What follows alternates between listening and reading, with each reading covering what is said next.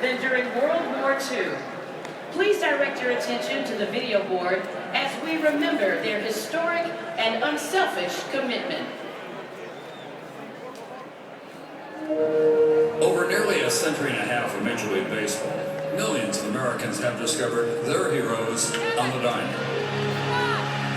But 71 years ago, when America was thrust into the biggest war the world has ever known, those heroes answered the call of duty and forever became more than stars of a game, the national pastime.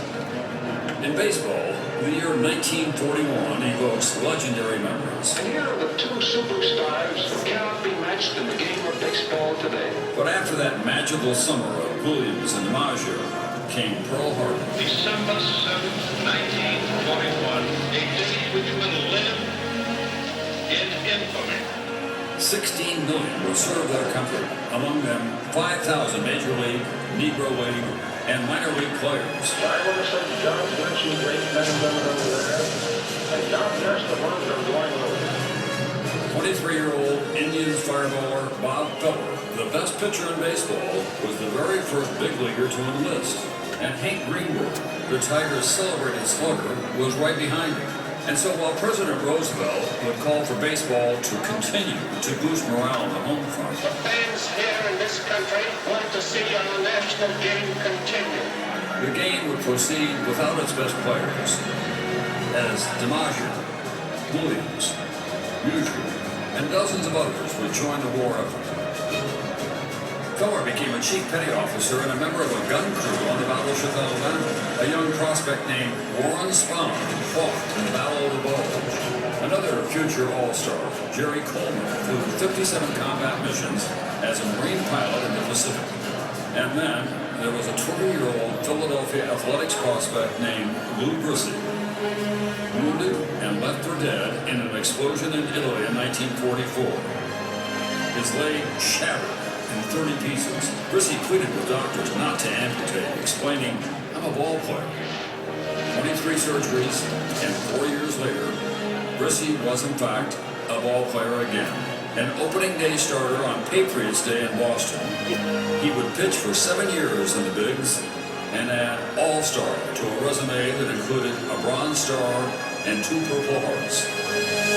Just as the Second World War defined a generation in America, it also defined a generation of our greatest ball players. The game had made them heroes in their country.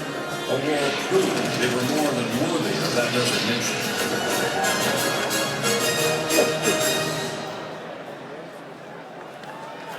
The courage, sacrifice, and bravery of all those from the greatest generation still inspire us today. We direct your attention to the suite level in left field to join us in welcoming these World War II veterans. He served in the U.S. Army, Bobby Dorr.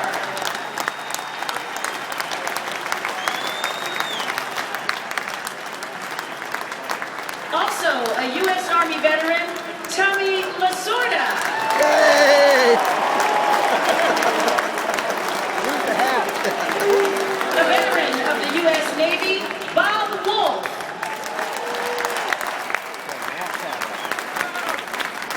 And he was an aviator in the U.S. Marines, Jerry Coleman.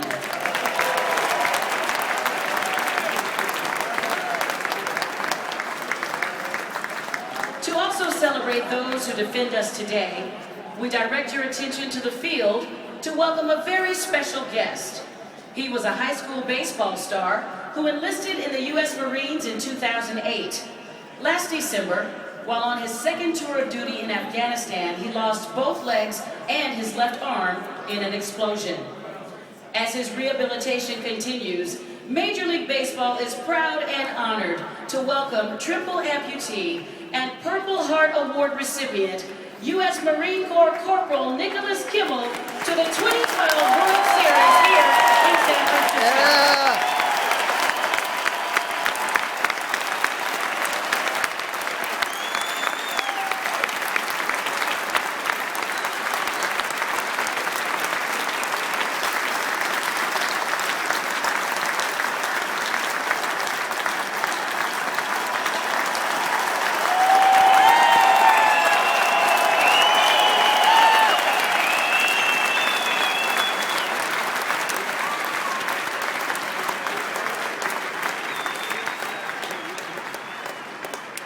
Ladies and gentlemen, please rise and remove your hats. Here to honor America with the singing of our national anthem, please welcome a star of the hit Fox TV show Glee, Matthew Morrison.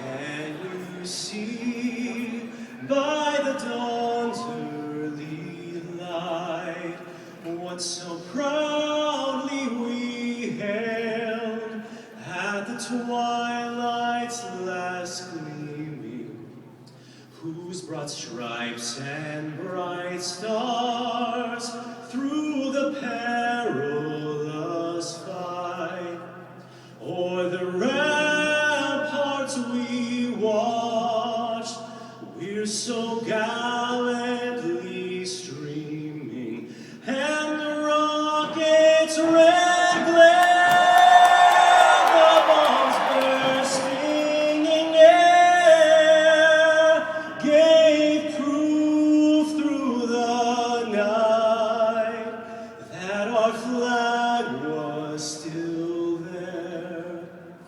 Oh, say does that star-spangled banner yet wave o'er the land of the free and the home of the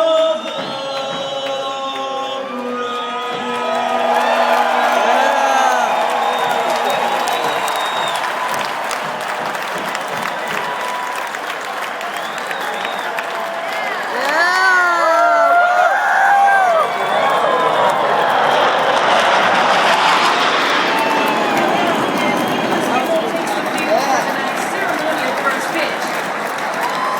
He is joined by last night's winning pitcher, Gary Zito, and another military veteran who left behind his baseball career during his prime to serve his country in the U.S. Army. One of the all-time greats, the Say Hey Kid, Willie Mays! Yeah!